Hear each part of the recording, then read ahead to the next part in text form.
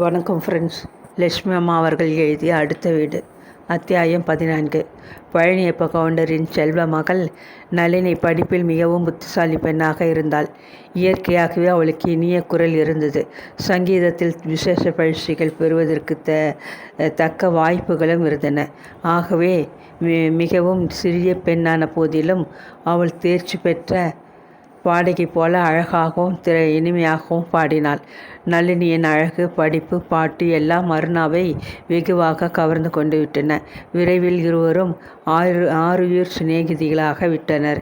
நளினியின் சிநேகிதம் அருணாவுக்கு பல வகைகளிலும் நன்மை அளிப்பதாக இருந்தது. தன் சிநேகிதியைப் போல் சுத்தமாக உடுத்தி கொள்ள வேண்டும், பணிவாக பேச வேண்டும் என்றெல்லாம் அருணாவுக்கு ஆசைகள் ஏற்பட்டன. அதன் விளைவாக அவள் விரைவில் வெகுவாக மாறிவிட்டிருந்தாள். விரலை கடித்து கொண்டு எதற்கெடுத்தாலும் பயத்துடன் அழுதுவிடும் கிராமத்து பேதை சிறுமியாக இல்லாது பெரியவர்களிடம் அடக்கமாகவும் பணிவாகவும் பேச பழகி கொண்டாள். நளினியைப் போல் ஆங்கிலத்தில் சரளமாக பேச வேண்டும், கணக்குகளை விரைவில் சரியாக போட்டுவிடும் என்றெல்லாம் ஆசை ஏற்படவே அச்சிறுமிக்கு கல்வி மீது அபார மோகம் ஏற்பட்டது.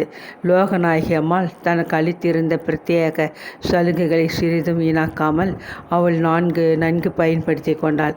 அதன் பயனாக 2 மாத காலத்தில் நளினி படித்த அதே வகுப்பில் சேர்ந்து படிக்க வேண்டிய அளவு கல்வி அறிவை விரைவில் சம்பாதித்து கொண்டு விட்டாள்.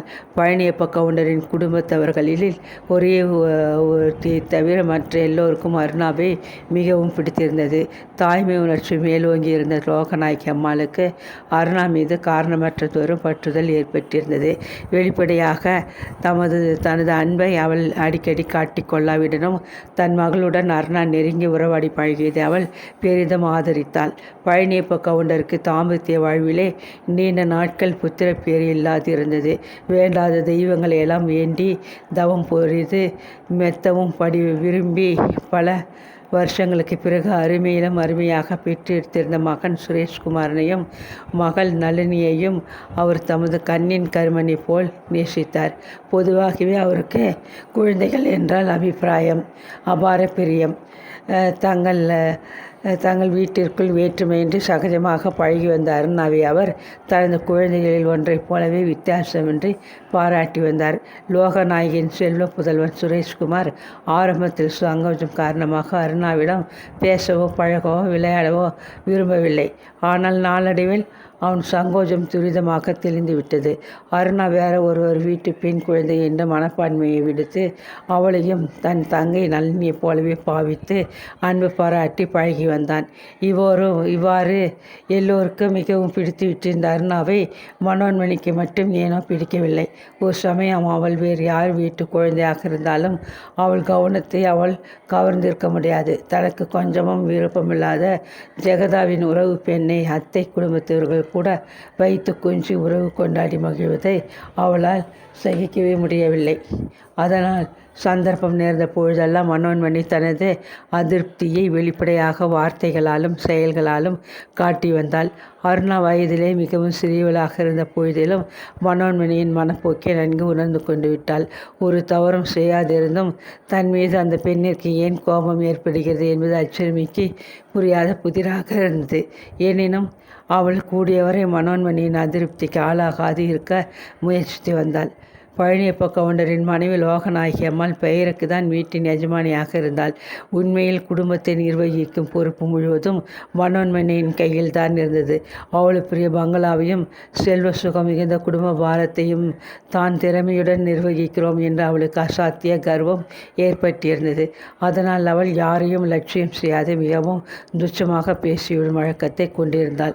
எஜமானி லோகநாயகிக்கு கூட அஞ்சாது எதிர்த்து பேசிவிடும் துணிச்சல் நிறைந்த வேலைக்காரர்கள் மனோன்மணியிடம் வாயை திறக்கவே அஞ்சுவார்கள். சின்னம்மா குவிப்பார்கள். சின்னம்மா இதை செய்ய சொன்னார்கள், சின்னம்மாவிடம் கேட்டு செய்கிறோம் என்று ஆள் படைகள் திக்கு சலாமிட்டு பணிந்து படையாற்றும் அளவிற்கு அந்த வீட்டில் அவள் ராணியாக வாழ்ந்து கொண்டிருந்தாள்.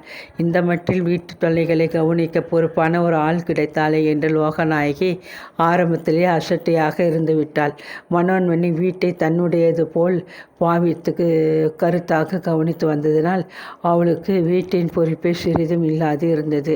நிம்மதியாக கிளப்புகளுக்கும் பொது கூட்டங்களுக்கும் போய் வர அவளால் முடிந்தது. குடும்பத்தை நிர்வகிக்கும் பொறுப்புடன் மனோன்மணி தனது ஆதிக்கத்தை நிறுத்தி கொண்டு விடவில்லை. அவ்வாறு ஒதுங்கி போயிருந்தால் அவளை பற்றி அந்த குடும்பத்தில் யாருமே சிந்தித்திருக்க மாட்டார்கள். குடும்ப பாரத்தை வகிப்பதுடன் நிற்காத மனோன்மணி குழந்தைகளுடைய வாழ்க்கையிலும் லோகநாயகிகளின் இஷ்டங்களிலும் அடிக்கடி குறுக்கிட்டு தனது ஆதிக்கத்தை ஸ்தாபிக்க முயற்சித்தாள். இதனால் அடிக்கடி அந்த குடும்பத்திலே பெண்களிடையே சிறிய மனஸ்தாபங்கள் தலை காட்டி கொண்டிருந்தன. ஒரேடியாக மனோன்மணியின் சலுகைகளை அடக்கி அவளது அட்டகாசங்களை ஒடுக்கவும் லோகநாயகியால் முடியவில்லை. அதே சமயம் தனது அண்ணன் மகள் ஆதிக்கத்திற்கு உட்பட்டு அடிமை போல் சொன்னபடி கேட்டு ஆடிக்கொண்டிருக்கவும் அவளால் சகிக்க முடியவில்லை. பாம்பு என்று தாண்டவும் முடியவில்லை, பழுதை என்று மிதிக்கவும் முடியவில்லை என்ற மனநிலையிலே அவள் சஞ்சலத்தில் உழன்று கொண்டிருந்தாள். அண்ணன் மகளுடன் மனஸ்தாபம் அடையும் போதெல்லாம் அவள் சும்மா வாயை வைத்திருக்காது பரோபகாரம் செய்ய போய் வம்பை அல்லவா விலைக்கு வாங்கி கொண்டோம் என்று தனக்குள்ளே வருந்தினது உண்மையே. மனோன்மணி லோகநாயகனின் அண்ணன் சுந்தர கவுண்டரின் ஒரே மகள். நோய்வாய்ப்பட்டு படுத்த படுக்கையாக கிடந்த கவுண்டர் தாம் கண்ணை மூடுவோன் மகளுக்கு திருமணம் செய்து பார்த்து மகிழ பெரிதும் ஆசைப்பட்டார். அதன் விளைவாக மனோன்மணிக்கு அவளது 13வது வயதிலே கல்யாணம் நடந்தேறிவிட்டது. நோய் நின்று திரும்ப இழப்போவதில்லை என்ற கவுண்டர் ஆச்சரியமாக பிழைத்து எழுந்துவிட்டார். ஆனால் அதற்கு பதில்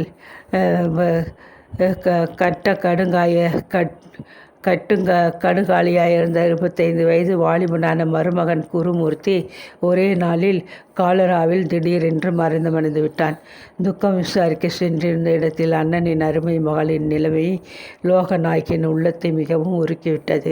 14 வயது கூட பூர்த்தியாகாத இளம் கைப்பெண், வறுமை நிறைந்த குடும்பத்திலே கிராம வாழ்க்கை, மனோன்மணியின் எஞ்சிய வாழ்க்கை மிகவும் இருண்டு முடிவில்லாத துயரமாக இருக்கும் என்று எண்ணி பச்சதாபமடைந்த லோகநாயகி அண்ணன் சம்மதத்தின் பேரில் அவளை தன்னுடன் பட்டணத்திற்கு கூட்டி வந்து விட்டாள். அத்தையின் உதவியால் வீட்டிலே தக்க ஆசிரியர்களை வைத்து கல்வி கற்றுக்கொண்டு சில வருஷங்களில் மெட்ரிகுலேஷன் பரீட்சையில் சேர்ந்து படித்து BA பட்டத்தையும் பெற்றுவிட்டாள். நகரத்து வாழ்க்கை படிப்பு இவைகள் ஏற்பட்டதும் மனோன்மணியின் தோற்றத்திலும் மனோபாவத்திலும் பலவித மாறுதல்கள் ஏற்பட தொடங்கின. மெட்ரிகுலேஷன் படிப்பு வரை அவள் வெள்ளை புடவையும் விபூதியுமாக கைம்பெண் நோன்பை மிகவும் கடுமையாக அனுசரித்து வந்தாள். கலாசாலை படிகளை மிதித்ததும் அவளது பாவனையும் மாறுதலையும் அடைய துவங்கியது. யார் இந்த கஷ்டத்தெல்லாம் அனுபவிக்க வேண்டும்?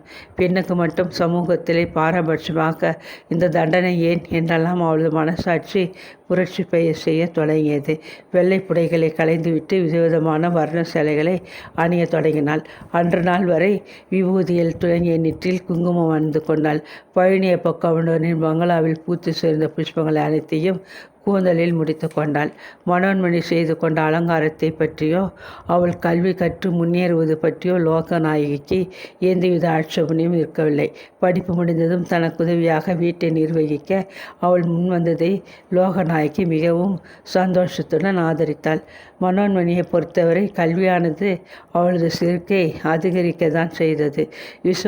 விதிவசத்தினால் பணக்காரன் மனைவியாகிவிட்டாலும் அத்தையம்மாள் கல்வி அறிவு அதிகமற்றவள், தன்னை போல் ஒரு பட்டதாரி அல்ல என்ற எண்ணத்தையும் அவளால் மறுக்க முடியவில்லை. வீட்டிற்கு 4 BA பட்டதாரிகள் விகிதம் பெண் கல்வி அபாரமாக முன்னேறிவிட்டுள்ளது என்ற உண்மையை நன்கு உணர்ந்திருந்தும் தான் ஒரு பட்டதாரி என்ற அகம்பாவம் அவள் தலைக்கு ஏறிவிட்டிருந்தது.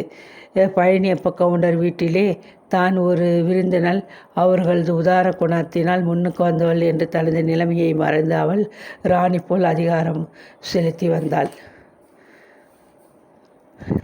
இதனால் அத்தைக்கும் அண்ணன் மகளுக்கும் சிறு மனஸ்தாபங்கள் அதிகம் எழத் தொடங்கின. அவளது அதிக சிந்தனத்தை சகிக்க முடியாது. எப்பொழுதாவது லோகநாயகி எதிர்த்து பேசி அதட்டிவிட்டால் போதும். அத்தை, உங்கள் நன்மைக்கு சொன்னேன், எனக்கென வந்தது? நான் எல்லோரும் போலவும் இருக்கிறபடி இருந்தால் என்னை இவ்வாறு சொல்லுவீர்களா? எனக்கு வாழ்விலே இனி என்ன இருக்கிறது? ஆயுசு முழுவதும் கைப்பெண் என்ற அந்த அழகிய பட்டத்தை என் தந்தை எனக்கு ஆஸ்தியாக விட்டு போயிருக்கிறார் என்று அழுது புலம்பி ஆர்ப்பரிப்பாள். லோகநாயகியின் கடுமையெல்லாம் அவளது கண்ணீரை கண்டதும் மாய மாயமாக மறைந்துவிடும். ஏற்கனவே மனம் புண்பட்டிருக்கும் இந்த பெண்ணை வீணாக கோபித்துக் கொள்வது மகா பாவம் என்று தனக்குள் எண்ணி பச்சதாபமடைந்து மனம் உருகி விடுவாள். மனோ, தெரியாமலே சொல்லிவிட்டேன், மன்னிச்சுக்கோமா என்று இறைஞ்சி வேண்டிக் கொள்வதுடன் தான் செய்த தவறுக்கு பிராயச்சித்தம் செய்வது போல் அன்று பொழுதிற்குள் நகரத்து கடைக்கு சென்று 2 பட்டு சேலைகளோ அல்லது ஏதோ ஒரு சிறு நகையோ வாங்கி கொண்டு வந்து மனோன்மணிக்கு பரிசாக அளித்து சமாதானம் செய்து கொண்டு விடுவாள். பழனியப்ப கவுண்டரின் குடும்பத்துடன் அருணா நெருங்கி பழக துவங்கிய சில மாதங்களுக்கு பிறகு ஒரு நாள் ஒரு சிறு சம்பவம் நடந்தது. கவுண்டர் ஆஃபீஸிலிருந்து அப்பொழுதுதான் பங்களாவுக்கு திரும்பி வந்திருந்தார். பள்ளிக்கூடம் விடுமுறை நாட்களில் பகல் போஜனத்தின் போது தமது குழந்தைகளுடன் கூட அமர்ந்து உணவு அருந்துவதை அவர் ஒரு பழக்கமாக கொண்டிருந்தார். கை கால்களை கழுவிக்கொண்டு தந்தை போஜன அறையின் பக்கம் செல்வதை கண்ணுற்றதும் நளினி உடனே அங்கே தானும் போக விரும்பினாள். தன்னுடன் கூட அதுவரை விளையாடி கொண்டிருந்த சிநேகிதியின் நினைவு வந்ததும் அவளுக்கு தயக்கம் ஏற்பட்டது. அருணாவை விட்டு தான் மட்டும் சாப்பிட செல்ல அவளுக்கு மனம் வரவில்லை. அதே சமயம் தந்தையின் உத்தரவின்றி அவளை உள்ளே தன்னுடன் சாப்பிட அழைக்கவும் அச்சமாக இருந்தது. இலைக்கு முன் வந்து உட்கார்ந்த கவுண்டர் திரும்பி பார்த்தார். சுரேஷ்குமாரின் பக்கத்தில் நளினியை காணவில்லை. தமது அருமை புதல்வி சாப்பிட உட்கார தயங்கி கொண்டு வாய்ப்படியில் நின்று கொண்டிருப்பதை கண்டதும் வியப்புடன், நளினி, ஏன் நிற்கிற? வந்து உட்காரம்மா என்று பரிவுடன் அழைத்தார். சமையற்கட்டின் கதவு பக்கத்திலே சமையல்காரர்களின் வேலையை மேற்பார்வையிட்டு கொண்டு நின்ற மனோன்மணியை அச்சிறுமி கடைக்கண்ணால் பார்த்துவிட்டு பேச தயங்கினாள். மனோ அக்கா கோபிப்பார்களே என்ற பயத்திலே அவள் உதடுகள் பேச முடியாது துடித்தன. நளினிக்கென்ன, என்னம்மா வேணும் என்று மீண்டும் பரிவுடன் விசாரித்தார் கவுண்டர். அப்பா, என் சிநேகிதி அருணாவும் இங்கே இருக்கிறாள். அவளை நம்முடன் சாப்பிட அழைக்கட்டுமா என்று முடிவில் துணியுடன் கேட்டுவிட்டாள் மகள். பதிலுக்கு கவுண்டர் கடகடவென்று சிரித்தார். இதுதானா? என்னவோ ஏதோன்னு நினைச்சேன். உன் சிநேகிதியை கூப்பிட்டு சாப்பிட சொல்ல என்னை கேட்கணுமா என்ன? போய் சீக்கிரம் அவளையும் கூட்டி கொண்டு வா என்றார் அன்புடன். எவ்வளோ பழகியும் கவுண்டருடன் அருகில் அமர்ந்து உணவு உட்கொள்ள அருணாவுக்கு பயமாகவும் சங்கோஜமாகவும் இருந்தது. ஐயோ, நான் வரமாட்டேன், எங்கள் பெரியம்மா திட்டுவாங்க என்று அவள் பிகு செய்து கொண்டே சாப்பாட்டு அறைக்குள் வந்தாள். உட்காரம்மா. அருணா, ஏன் இப்படி வெட்கப்படுகிறாய்? என்னை கண்டு இவ்வளோ சங்கோஜப்பட்டால் சாத்தியப்படாது, தெரிந்து கொள். நீ நளினியுடன் பழக ஆரம்பத்திலிருந்து நான் ஒரு தீர்மானம் செய்துவிட்டேன். உன்னை என்றும் எங்கள் வீட்டு பெண்ணாக இருக்க செய்துவிடுவது என்று உத்தேசித்திருக்கிறேன் என்று பரிகாசமாக கூறிவிட்டு தமது மனைவியின் முகத்தை அர்த்த பாவத்துடன் பார்த்து புன்முறுவலித்தார். அருணாவுக்கு என்ன? மிகவும் நல்ல பெண், புத்திசாலி. அவளை நமக்கு சொந்தமாகி கொள்ள கொடுத்து வைக்க வேண்டும் என்று ஊடகமாக பதிலளித்த லோகநாயகி மகிழ்ச்சியுடன் மெல்ல சிரித்தாள்.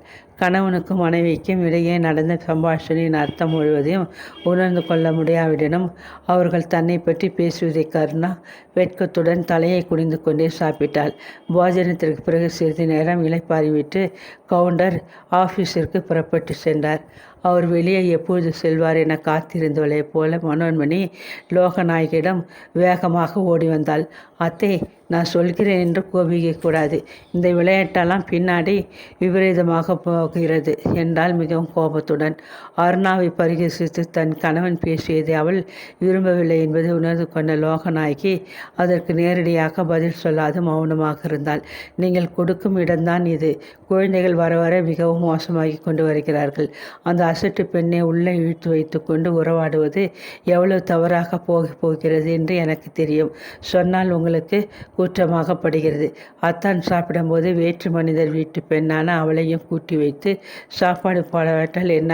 நளினிக்கு புத்தியே இல்லை. சிநேகிதம் என்றால் அதற்கு ஒரு எல்லை இல்லையா என்று அதட்டினாள். என்ன பெரிய தவறு செய்துவிட்டால்? கூட சாப்பிட அழைத்து வந்தால். ஒரு குழந்தையை விட்டு மற்ற 2ம் சாப்பிட உட்கார்ந்தால் நன்றாக இருக்குமா? நீயே சொல்லு மனோ என்றால் லோகநாயகி. தவறு என்ன செய்து விட்டாளா? நளினி வர வர அந்த பெண்ணோடு சேர்ந்து சுத்த கழுதையாக வல்லவா மாறிவிட்டிருக்கிறாள். நேற்று அவள் என்ன செய்தால் தெரியுமா? மாடி அறைக்கு தன் சிநேகிதை கூட்டி கொண்டு போய் பீரோவை திறந்து தனது உடைகள் அனைத்தையும் எடுத்து அவளுக்கு காட்டி கொண்டிருந்தாள் என்று மனோன்மணி முடிக்கும் முன் அவர்கள் சம்பாஷணையை கேட்டுக்கொண்டு அருகில் அமர்ந்திருந்த சுரேஷ்குமார் கோபத்துடன், காட்டினால் என்ன குறைந்துவிடும்? நான் கூட அருணாவுக்கு என் புத்தக அலமாரியை திறந்து எல்லா வர்ண படங்களையும் எடுத்து காட்டினேன். அவள் எங்களுடைய சிநேகிதி, நாங்கள் அப்படித்தான் செய்வோம் என்று இறைந்து கத்தினான். சுரேஷ், வாயை மூடு.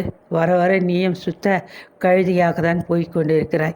பெரியவர்கள் பேசும்போது குறுக்கே தலையிடக்கூடாது என்னும் மரியாதை கூட மறந்துவிட்டது என்று மனோன்மணி அடக்க மாட்டாத கோபத்துடன் பற்களை கழித்தாள். பள்ளிக்கூடம் திறக்க இன்னும் சில தினங்கள் தான் இருந்தன. கடந்து போன பரீட்சையில் பாஸ் செய்த சுரேஷ்குமாரன் 3வது பாடத்திற்கு அனுப்பப்பட்டிருந்தான். பள்ளிக்கூடத்திலே மிகவும் பெரிய வகுப்பை அடைந்து விட்டோம், பெரிய பையனாக வளர்ந்து விட்டோம் என்ற எண்ணம் அவனது உள்ளத்திலே சில நாட்களாக ஏற்பட்டிருந்தது. முன்போல் மனோ அக்கா தன்னை சிறு குழந்தை எண்ணி அதட்டியதை அவனால் தாழ முடியவில்லை. மனோ அக்கா, வாயை மூடுங்கள். உங்களைப் போல் நான் ஒன்றும் பிறர் காரியங்களில் தலையிடவில்லை என்று மிகவும் ஆக்ரோஷமாக சுட பதிலளித்தான். எதிர்க்கப்படுவது என்பதை அன்று வரை அறிந்திராத மனோன்மணிக்கு இதை கேட்டதும் கோபமும் துக்கமும் ஒன்று சேர்ந்து பொங்கிக் கொண்டு வந்துவிட்டது. பாருங்கள் அத்தை, சுரேஷ் பேசுவதை என்று கோபத்துடன் கத்திவிட்டு விம்மிக்கொண்டே மாடி அறைக்குள் சென்று கதவை தாளிட்டு கொண்டு விட்டாள். அன்று முழுவதும் எவ்வளவு வேண்டியும் அவள் சாப்பிடவே இல்லை. இந்த பட்டினி சத்தியாகிரகத்தை காண சகிக்க முடியாத லோகநாயகி தன் மகனது துஷ்டத்தனத்திற்கு மன்னிப்பு கோர நேர்ந்தது. அத்துடன் இல்லாத அவளுக்கு கொஞ்சம் பண செலவும் அதனால் ஏற்பட்டது. அன்றிரவு அத்தையம்மாள் தனது கோபத்தை தீர்க்க அவசரமாக கடையிலிருந்து பரிசாக வாங்கி வந்திருந்த முத்து மாளிகை கழுத்தில் போட்டு அழகு பார்த்துவிட்டு திருப்தியுடன் அதை தன் பீரோவிற்குள் அடக்கம் செய்து கொண்டாள் மனோன்மணி. அவளை சமாதானப்படுத்த அத்தையம்மாள் வாங்கியளித்த ஆபரணங்களும் புடவைகளும் ஒரு தலைமுறைக்கு போதிய அளவு பீரோவுக்குள் நிறைந்து கிடந்தன. ஆனால் அவைகள் ஒன்றும் அவளுக்கு திருப்தி அளிக்கவில்லை. தன்னை தவிர உலகில் உள்ள மற்ற எல்லோரும் சந்தோஷமாக வாழ்வதாக அவள் உள்ளம் கற்பனை செய்தது.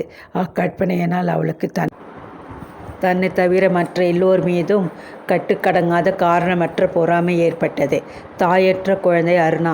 வயதிலும் மற்ற பல நிலையிலும் மனோன்மணிக்கு ஒரு வகையிலும் சம்மதியற்றவள் இருந்த போதிலும் அந்த சிறுமிக்கு கூட அவளுக்கு எல்லையற்ற பொறாமை ஏற்பட்டது. கவுண்டர் கூறியபடி ஒரு சமயம் அவள் சுரேஷ்குமாரனின் மனைவியாகிவிட்டால் இந்த நினைவு ஒன்றே அவளுக்கு அருணாவை தூஷிக்க போதியதாக இருந்தது. அன்றைய சம்பவத்திலிருந்து மனோன்மணி அருணாவை விஷம் போல் வெறுத்தாள்.